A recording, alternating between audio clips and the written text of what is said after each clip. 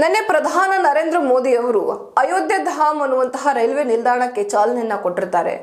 ಜೊತೆಗೆ ಕೆಲವೊಂದಿಷ್ಟು ಕಾಮಗಾರಿಗಳಿಗೆ ಘೋಷಣೆಯನ್ನ ಸಹ ಮಾಡಿದ್ರು. ಸುಮಾರು 15,700 ಕೋಟಿ ವೆಚ್ಚದಲ್ಲಿ ಹಲವಾರು ಕಾಮಗಾರಿಗಳನ್ನ ಹಲವಾರು ಯೋಜನೆಗಳನ್ನ ಆರಂಭಿಸೋದಾಗಿ ಅವರು ಮಾತನ್ನ ಸಹ ಕೊಟ್ಟಿದ್ದಾರೆ. ಇದೀಗ ರಾಮ ಮಂದಿರ ಉದ್ಘಾಟನೆ 22ನೇ ತಾರೀಕಿನಂದು ನಡೀತಾ ಇದೆ.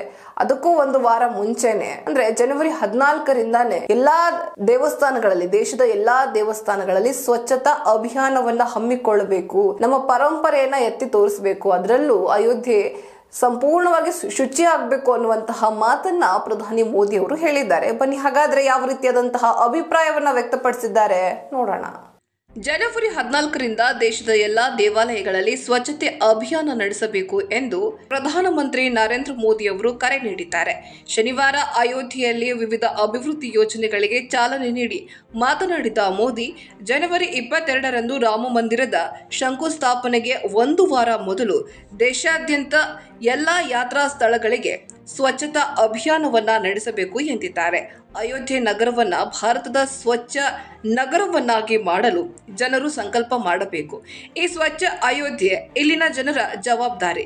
ಅದಕ್ಕಾಗಿ ನಾವು ಒಟ್ಟಾಗಿ ಪ್ರತಿ ಹೆಜ್ಜೆ ಇಡಬೇಕು ಎಂದು ನಾನು ದೇಶದ ಎಲ್ಲಾ ಯಾತ್ರಾ ಸ್ಥಳಗಳು ಮತ್ತು ದೇವಾಲಯಗಳಿಗೆ ಹೇಳಲು ಬಯಸುತ್ತೇನೆ.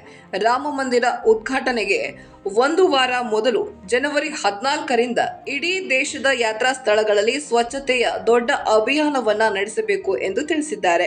ಈ ಅಭಿಯಾನವನ್ನ ದೇಶದ ಮೂಲೆ ಮೂಲೆಗಳಲ್ಲಿ ಪ್ರತಿ ದೇವಸ್ಥಾನಗಳಲ್ಲಿಯೂ ಸಹ ನಡೆಸಬೇಕು ಎಂದು ಮೋದಿ ತಿಳಿಸಿದ್ದಾರೆ.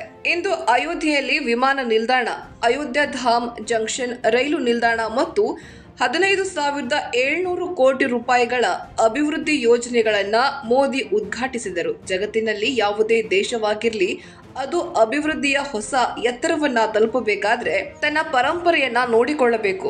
ಇಂದು ರಾಮಲಲ್ಲಾಗೆ ಮಾತ್ರವಲ್ಲದೆ ದೇಶದ 4 ಕೋಟಿ ಬಡವರಿಗೂ ಸಹ ಪಕ್ಕಾ ಮನೆ ನೀಡಲಾಗಿದೆ.